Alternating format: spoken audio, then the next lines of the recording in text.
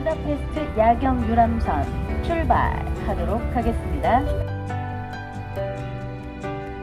노벨상 수상자만 3명을 배출한 아주 명문대학교입니다.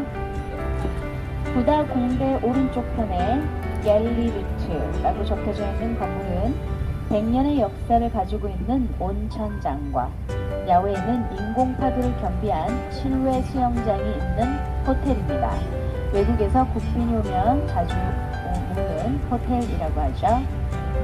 자, 오른쪽 편으로는 그 말러라고 하는 그 유리고래라고 하는 별명을 가지고 있는 종합 쇼핑센터가 오른쪽에 바로 보이고 있습니다.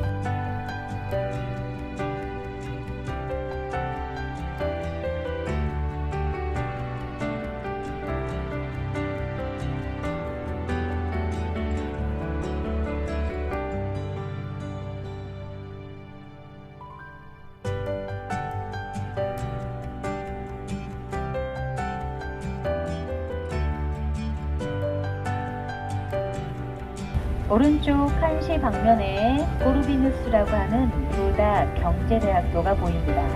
우리나라 서울대와 같은 명문대학교라고 하는데요. 원래는 도나우강을 지나가던 선박을 검역하던 세관관리소 건물로 사용이 됐었지만 지금 현재는 내부를 리모델링해서 대학교 건물로 사용이 되고 있습니다. 코르비누스라고 하는 경제대학교입니다.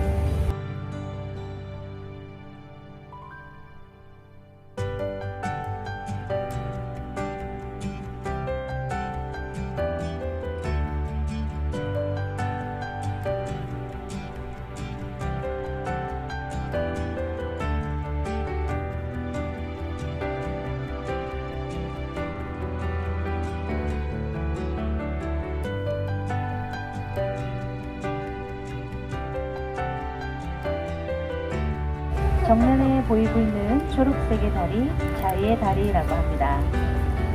원래는 프란츠 요제프 황제가 전자망치로 시공식을 하게 되면서 프란츠 다리라고 불렸었지만 1956년도에 있었던 민주화 시위가 있고 난 다음부터는 자유의 다리라고 불려지고 있습니다.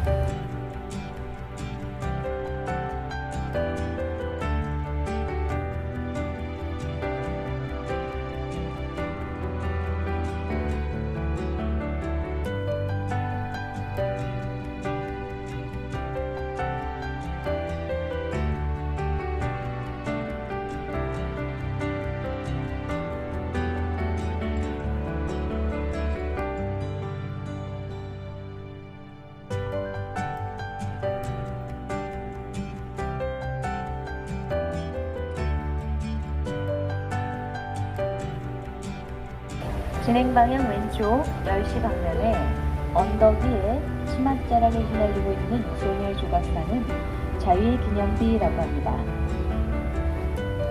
높이가 40m, 소녀가 들고 있는 것은 승리를 뜻하는 종려나무. 지금은 공산주의 상징이었던 붉은 별을 떼어나고 자유의 기념비라고 불려지고 있죠.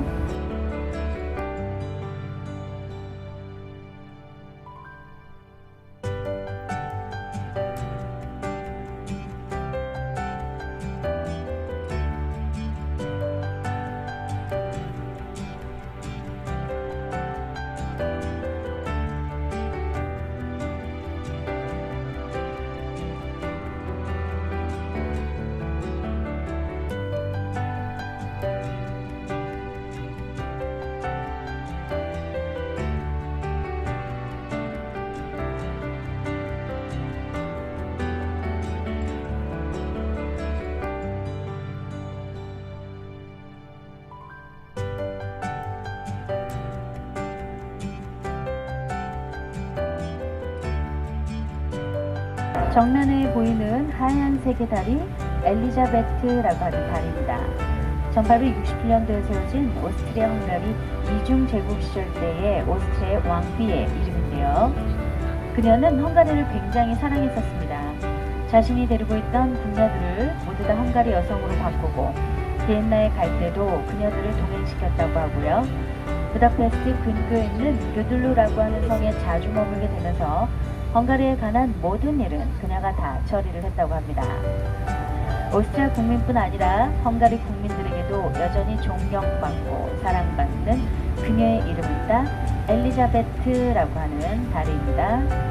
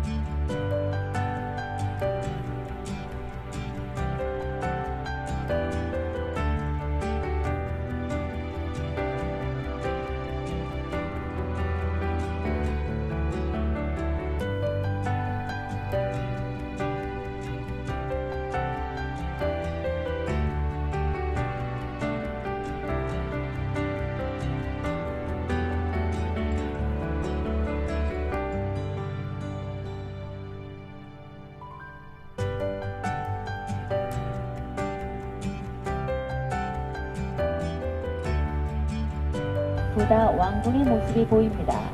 13세기 때 몽골이 침략에 피해서 지었던 부다 왕궁, 지금 현재는 내부를 리모델링해서 국립도서관, 미술관, 박물관으로 사용이 되고 있습니다.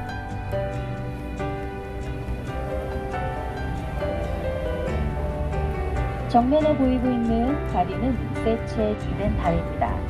길이가 375m, 너비가 16m, 케이블 공법으로 만들어져 있으며 양쪽에는 개선문 형식의 교각이 서 있고 다리 양쪽 끝에 사자상들로 인해서 사자다리라고 불려주죠. 조명에 들어와 있는 모습이 마치 자전거의 체인과 같다 라고 해서 체인 브릿지, 사슬다리 이렇게도 불려지고 있습니다. 이 다리 이름은 세체인이 이시투반이라고 하는 백작의 이름인데요. 오른쪽 페스트 지역은 예전에 가난한 서민들이 살았던 곳, 왼쪽은 부다, 귀족들이 살았던 곳이었죠. 이 두 개의 지역은 각각 별개의 도시로 따로 떨어져서 살아오게 되는데, 부다 지역에 살던 부자들은 맞은편에 있는 가난한 서민들과 섞이기 싫어했었고, 서민들은 돈이 없어서 이 강을 건널 수가 없었다고 하죠. 그때 당시 이 두 지역을 연결할 수 있었던 건 작은 돌담배 뿐이었습니다. 부다 지역에 살던 세체니 백작은 어느 날 맞은편에 있는 자신의 영지를 방문하게 되는데 갑자기 아버님이 돌아가셨다는 소식이 들려오게 됩니다. 급하게 돌아오려고 했지만 날씨가 너무 좋지 않아서 배가 사흘 동안이나 뜨지 못하게 되죠. 결국 장례식에 참석하지 못한 세체니 백작은 다시는 이런 일이 생기면 안 되겠다라고 생각을 하고 자신의 사비와 국립모금 운동을 통해서 이 다리를 건설하게 되었다고 합니다.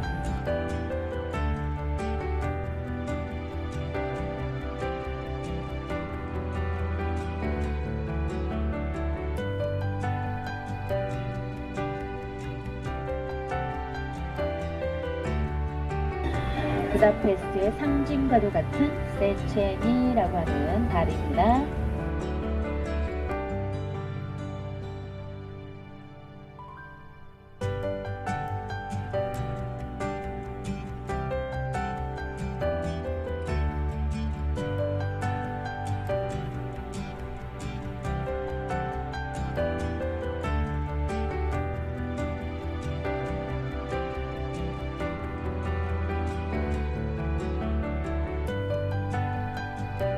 자, 우리 왼쪽에는 부다 왕궁이 보이지만 세체니 다리 오른쪽 편을 봐주시면은 포시즌이라고 하는 6성급 호텔이 보입니다.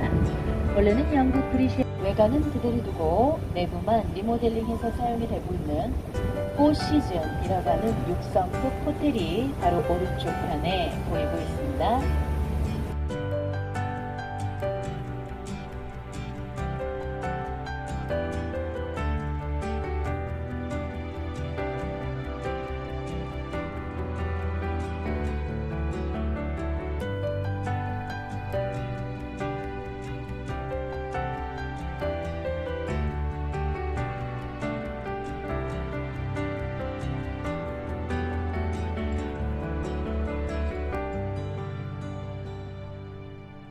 왼쪽 편으로는 80m 높이의 첨탑을 가지고 있는 헝가리 역대 왕들의 대관식과 결혼식이 열렸었던 마차시 성당, 진행방향 왼쪽 10시 방면 강변도로 쪽에 조그마한 첨탑을 가지고 있는 갈색의 아기자기한 건축물은 프로텐스탄트 교회입니다.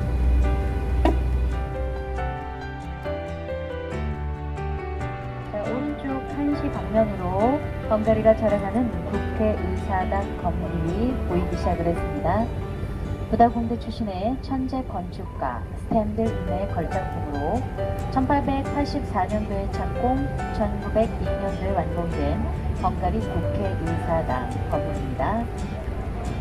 네오구딕 양식의 건축물로서 뾰족하게 솟아오른 첨탑의 개수는 365개로 1년 내내 청렴한 정치를 하라는 의미에서 그렇게 세웠다고 합니다. 길이가 268m, 너비가 123m, 가운데 있는 붉은색 준원 도배 높이는 96m로 마자르 민족이 정착한 896년을 기념하기 위해서 96m로 세웠다고 합니다. 중앙 동을 중심으로 왼쪽과 오른쪽이 쌍둥이 건물로 되어 있는 것을 보실 수가 있는데요. 헝가리는 예전에는 양원지였습니다. 그래서 왼쪽은 상원의원이 사용하던 곳, 오른쪽은 하원의원이 사용하던 곳이었지만 지금은 단원제로 바뀌게 되면서 왼쪽만 국회회의실, 오른쪽은 수상의 집무실과 외국에서 국빈이 오면 접대하는 여러 개의 방들과 컨퍼런스 등으로 이루어져 있습니다. 웅장한 크기만큼이나 총 691개 방으로 이루어져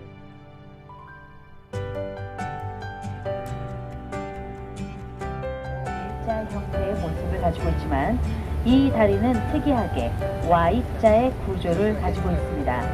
오른쪽 페스트 지역과 왼쪽 부다 지역, 그리고 다리 뒤편에 있는 드나우강 위에 떠있는 마르기트 섬과 연결되어지기 위해서 Y자의 구조를 가지고 있죠. Y자의 구조라는 것은 진행 방향 왼쪽 10시 방향에서 확인해 보실 수가 있습니다. 이 다리도 리버티라고 하는 기차역과 마찬가지로 프랑스 파리에 있는 에펠탑을 세운 구스타프 에펠사에서 설계해준 낭만적인 다리입니다. 이 마르기트 다리서부터 세체니 다리, 엘리자베트 다리, 자유의 다리, 초록색의 다리까지가 유네스코에서 지정한 세계문화유산으로 파노라마가 지정이 되어 있죠. 그 문화유산 기관을 우리는 유람선을 통해 야경을 보신 겁니다.